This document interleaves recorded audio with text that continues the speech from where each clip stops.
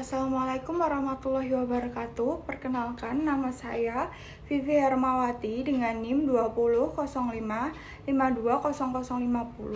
Saya adalah mahasiswa Universitas Tikubang Semarang, Fakultas Ekonomika dan Bisnis, Prodi Akuntansi. Di sini saya akan memaparkan hasil penelitian yang berjudul Analisis Laporan Keuangan pada Perusahaan BUMN yang terdaftar di Bursa Efek Indonesia pada tahun 2019 sampai 2022 dengan perspektif fraud Pentagon. Dalam penyusunannya dibimbing oleh Bapak Arif Himawan Dwi Nugroho, SE, AK, MM, CA, CPA.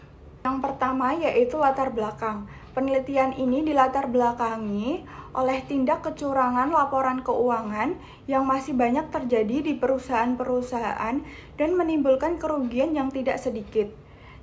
Dilihat dari grafik, terdapat 3 jenis kategori kecurangan, yaitu penyalahgunaan aset, korupsi, dan kecurangan laporan keuangan. Dari ketiga jenis tersebut, kecurangan laporan keuangan merupakan jenis kecurangan dengan tingkat kerugian paling tinggi dibanding dengan bentuk kecurangan lainnya sebesar 954.000 US dollar. Rumusan masalah pada penelitian ini yaitu apakah financial stability, financial target, external pressure, nature of industry, ineffective monitoring, change in auditor, total accrual ratio, change of director, dan frequent number of CEO berpengaruh terhadap kecurangan laporan keuangan. Selanjutnya yaitu manfaat yang diperoleh. Yang pertama, kontribusi teoritis bagi mahasiswa akuntansi bermanfaat untuk meningkatkan pemahaman mengenai komponen yang mempengaruhi kecurangan laporan keuangan. Bagi peneliti selanjutnya dapat dijadikan sebagai bahan referensi bagi peneliti meningkatkan pengetahuan tentang komponen fraud Pentagon. Yang kedua, kontribusi praktis bagi akuntan menjadi bahan pertimbangan dalam mencegah dan meminimalisir tindakan fraud pada profesi akuntan, dan juga bagi manajemen menjadi bahan pertimbangan dalam mencegah dan meminimalisir tindakan fraud. Bab 2, landasan teori, menggunakan agensi teori yang menjelaskan suatu kontrak yang melibatkan satu atau dua lebih orang. Konsep yang terjalin antara prinsipal dan agen yang membuat manajer memiliki tanggung jawab untuk mewujudkan kepentingan pemegang saham. Pentagon Fraud Theory menjelaskan unsur-unsur penyebab terjadinya kecurangan melalui 5 elemen yang membentuk segi 5 terdiri dari tekanan, kesempatan, rasionalisasi, kompetensi, dan arogansi.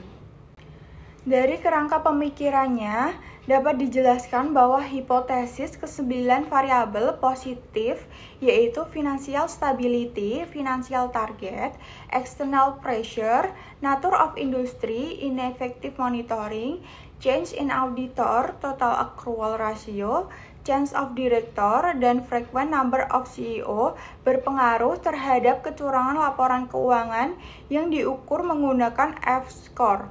Bab 3, metodologi penelitian, menggunakan jenis data sekunder, populasi dan sampel adalah perusahaan BUMN yang terdaftar di BEI tahun 2019 sampai 2022 dengan teknik pengambilan sampel menggunakan purposive sampling dan teknik pengumpulan data menggunakan metode dokumentasi. Bab 4, hasil dan pembahasan.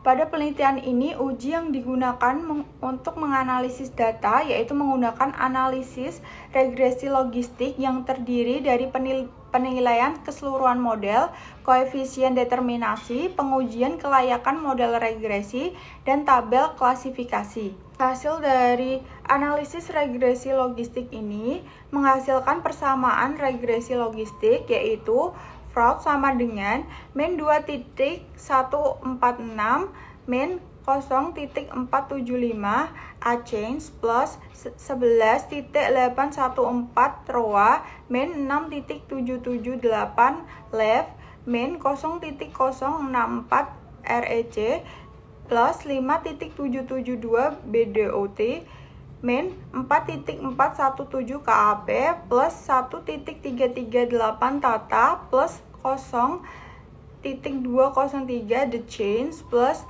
1.287 geopics plus error. Kesimpulan yang dihasilkan dari analisis data yang sudah dilakukan bahwa variabel finansial target, ineffective monitoring, total accrual ratio, dan frequent number of CEO picture berpengaruh positif signifikan dan variabel external pressure berpengaruh negatif signifikan terhadap kecurangan laporan keuangan, sedangkan variabel financial stability, nature of industry, change in auditor, change of direction berpengaruh negatif tidak signifikan terhadap kecurangan laporan keuangan. Saran yang diberikan adalah yang pertama menambah periode penelitian, yang kedua mengganti proksi lain, yang ketiga mengubah pengukuran variabel. Sekian presentasi dari saya, kurang lebihnya saya mohon maaf. Terima kasih, semoga bermanfaat. Wassalamualaikum warahmatullahi wabarakatuh.